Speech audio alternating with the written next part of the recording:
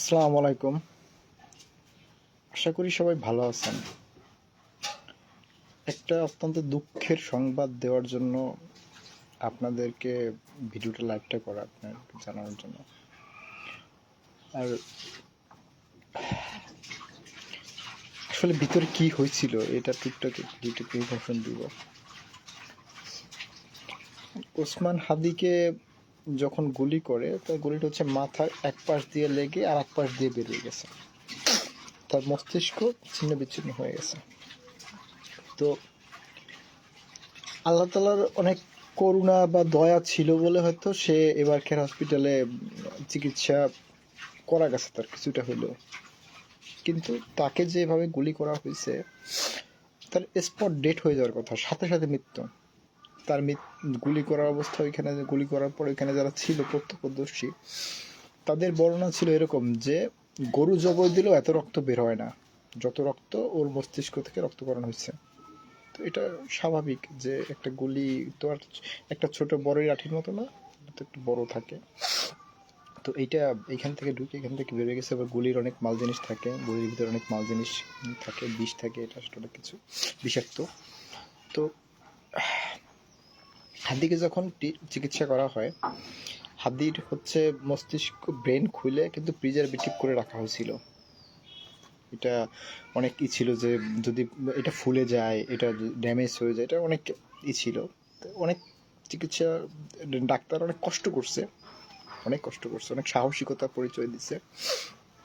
তো এরপরে সিঙ্গাপুরে যখন হাদিকে নেওয়া হইলো, আসলে আমাদের দেশের যে হাদি ভাইয়ের একটা সমর্থন বা ভালোবাসা মানুষের তৈরি হয়েছে, সেটাকে এভার কেয়ার হসপিটালে হাদি ভাইয়ের মৃত্যু ঘোষণা করলে পরে সেটাকে ট্যাকেল দেওয়ার মতো ক্ষমতা সরকারের নাই। আর এভার কেয়ার হসপিটালে একটা নিরাপত্তাজনিত ইস্যু আছে।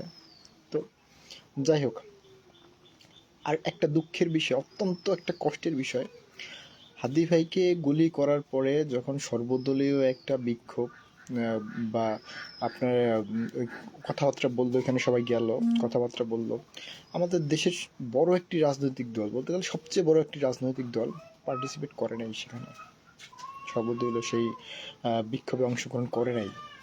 কারণ কি? ইন্ডিয়ার বিরুদ্ধে কথা বলতে হবে। কারণ কি? আওয়ামী লীগের বিরুদ্ধে কথা বলতে হবে। হাদির মতো লাখো কোটি তরুণের ভালোবাসা, আকাঙ্ক্ষার চাইতে তাদের কাছে ইন্ডিয়া, আওয়ামী লীগ এটা গুরুত্বপূর্ণ। আমি আপনি কেউ গুরুত্বপূর্ণ না। আমার মতো আপনার মতো লাখো কোটি যুবকের প্রাণ ঝরে গেল, তাদের কিচ্ছু আসা যায় না। তাদের দরকার কি? ক্ষমতা। ইন্ডিয়াকে খুশি রাখা, আওয়ামী লীগকে খুশি রাখা। আসলে এই দলটাকে আমরা কখনো কোনো কাজে দেশের মানুষের জন্য পাই নাই মনে হয়। যাই হোক, আমি রাজনীতির কথা বলতে চাই না, ঠিক আছে। তো হাদি যখন দেশে ছিল, এভার কেয়ারে ছিল, তখনই হাদি ইজ ডেড, ফিজিক্যালি ডেড, মারা গেছে হাদি বাংলাদেশে থাকতেই। কিন্তু এটা বিদেশে সিঙ্গাপুর নেওয়া হয়েছে, কারণ বাংলাদেশে এটা একটা মব তৈরি হবে। সরকার এটা একটা এই হাদির যে জনপ্রিয়তা, এই জনপ্রিয়তা অনেক বিশৃঙ্খলা তৈরি করবে হাদির মৃত্যুর খবর ছড়িয়ে পড়লে। এটাকে ট্যাকেল দেওয়ার মতো ক্ষমতা সরকারের এই মুহূর্তে নাই। এবং এভার কেয়ার হসপিটালের একটা সিকিউরিটির জন্য তো ইস্যু আছে। এখানে সে খালেদা জিয়াও চিকিৎসা নিতেছে অনেক। যখন খালেদা জিয়া চিকিৎসা নিচ্ছে, হাদিকে যখন ওইখানে নিচ্ছে, এভার কেয়ার হসপিটাল তো বাংলাদেশের 1 নম্বর হসপিটাল বলা চলে। এবং তারা তো তাদের যে সিকিউরিটির জায়গাটাকে আসলে মবের হাতে তুলে দেবে না, ঠিক আছে। তো হাদিকে সিঙ্গাপুর নেওয়া হয়েছে আসলে সিঙ্গাপুরে তার মৃত্যু ঘোষণা করার জন্য, দ্বিতীয় কোনো কারণ নেই, ঠিক আছে। কারণ এই ওয়ার্কার্স হসপিটালে আপনার সব আধুনিক চিকিৎসা আছে সেখানে, ঠিক আছে। তো যাই হোক, এখন হাদি ভাই জন্য আসলে কষ্ট, তার ফ্যামিলি, তার বাচ্চা, তার ওয়াইফ। দেখেন, হাদি ভাই আমাদের কাছে মাঝে আর নেই, আর ফিরে আসবে না, কিন্তু তার যে বাচ্চা, এই বাচ্চাটা পিতা জিনিসটা কোনোদিন মানে ডাকতে পারবে না, মানে বাপ বইলা ডাকতে পারবে না। একটি বিলে খাওয়ার সময় হাদিকে পাবে না, হাদির বাচ্চার মাথায় হাদির হাত আর কোনোদিন পড়বে না। হাদির ওয়াইফ ভালোবাসি বলে কাউকে জড়াই ধরতে পারবে না। তুমি কোথায় আছো, তাড়াতাড়ি বাসায় আসো, এই কথা বলার জন্য আর কাউকে পাবে না।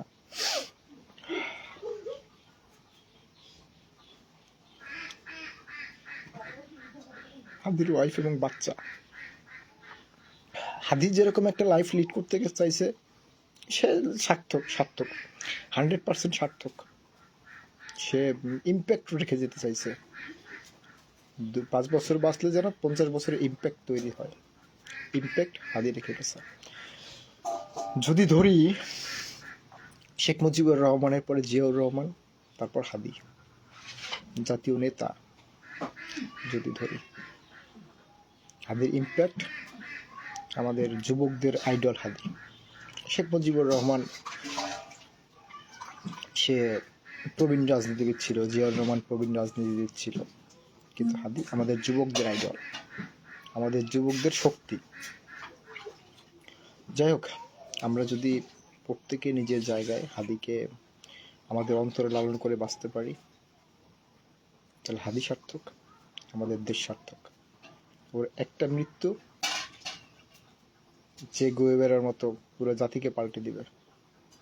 ঠিক আছে, তবে একটা অনুরোধ থাকবে যে হাদির বাচ্চা, তার ওয়াইফ এটা শূন্যত অনুভব করবে, কিন্তু আমরা আমাদের জায়গা থেকে যতটা পারি, আমরা বাংলাদেশের প্রত্যেকটা মানুষ হাদির বাচ্চার মানে বাবার দায়িত্ব যতটুকু সম্ভব পালন করার চেষ্টা করব। বাচ্চাটাকে সারা জীবন আমরা মাথায় তুলে রাখবো, যতটা সম্ভব আদর করব, ভালোবাসবো যতটা সম্ভব।